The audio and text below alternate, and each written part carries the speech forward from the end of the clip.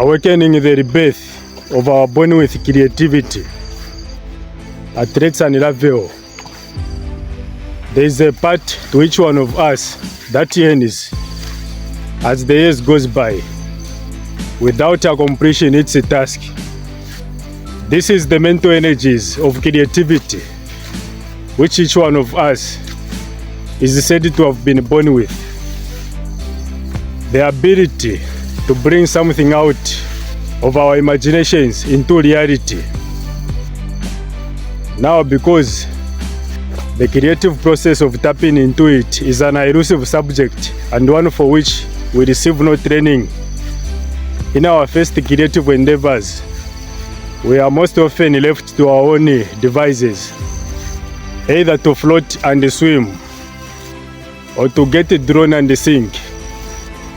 And that is exactly the reason why, in these circumstances, we have to evolve something that suits our individual born with natural bent, our spirit and profession.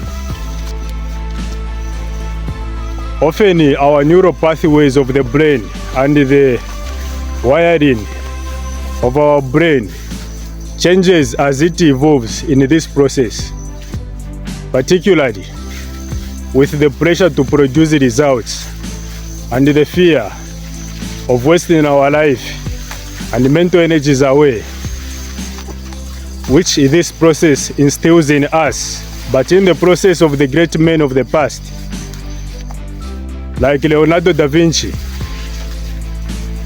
and Albert Einstein, even Sir Isaac Newton, we can discern an elemental pattern and the principles that have wide application, built as they are only the natural bent and the strengths of the human brain in each one of us.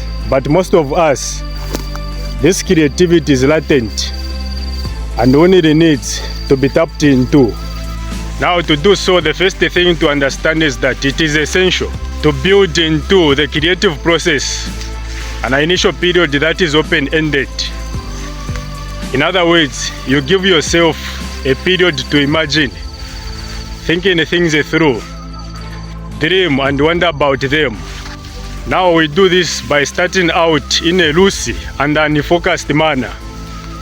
In this period, we allow the project to associate itself with some certain powerful emotions, ones that naturally comes out of us as we focus on our ideas. Why? As humans, it is always easy to tighten up our ideas later on and make our project increasingly realistic and rational when we put our minds into this state of wonder in the first place. Albert Einstein once remarked that imagination is more important than knowledge. And it is true. It is from this we know that imagination was the driving force behind the greatest theories of all time in physics by Albert Einstein, the theory of relativity. Why?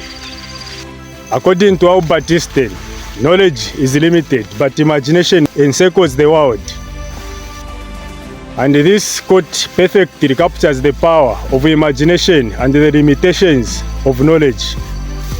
So if you begin with a feeling of tightness and the pressure, the competition, or people's opinions, you will stifle the associative powers of the brain and quickly turn the work into something without joy or life. Secondly, it is best to have a wide knowledge of your field and the other fields, giving your brain more possible associations and connections. Now, to keep this process alive, you must never settle into complacence, as if your initial vision represents the end point. You must cultivate the profound dissatisfaction with your work, and the need to constantly improve your ideas, along with a sense of uncertainty. Why? You are not exactly sure where you are going, and this uncertainty is the one that will be driving your creative edges and keep them fresh. And any kind of resistance or obstacle that crosses your path should be seen as yet another chance to improve your work. Finally, you must come to embrace slowness as a virtue in itself. When it comes to creative endeavors, like writing books, music, do not rush to the conclusions.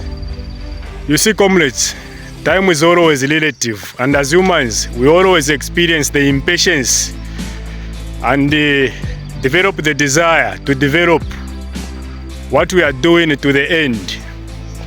But the truth is that whether your project takes months or years, the creative action you can take to acquire the creative power is to reverse this natural impatience. What I mean is that if you are an artist or the author of books, take your time to finalize your artwork. Be patient like Leonardo da Vinci, and you will produce something great like the painting of Mona Lisa. If you are the inventor, possess the spirit and mentality that was in Thomas Edison or Nikola Tesla. You have to develop the patience of enjoying the slow cooking of the idea and the organic growth that naturally takes shape over time. Why? We do not unnaturally draw or execute the work promptly. So, when you do so, the work in the process will create its own problems. But what we need is the deadlines, because the longer we allow our project to take time, the richer it will become. Now imagine yourself in the future looking back at the work you have done from that future vintage view. You look at the years that you spent, and it will not look so laborious at all. But it is an illusion of the present that will vanish, for it is just a matter of time. And in this journey, time itself is your greatest ally, and your mind your greatest asset. So set goals, creative goals, and move towards them. All things are said and done. Always a life student mentality at rates and level.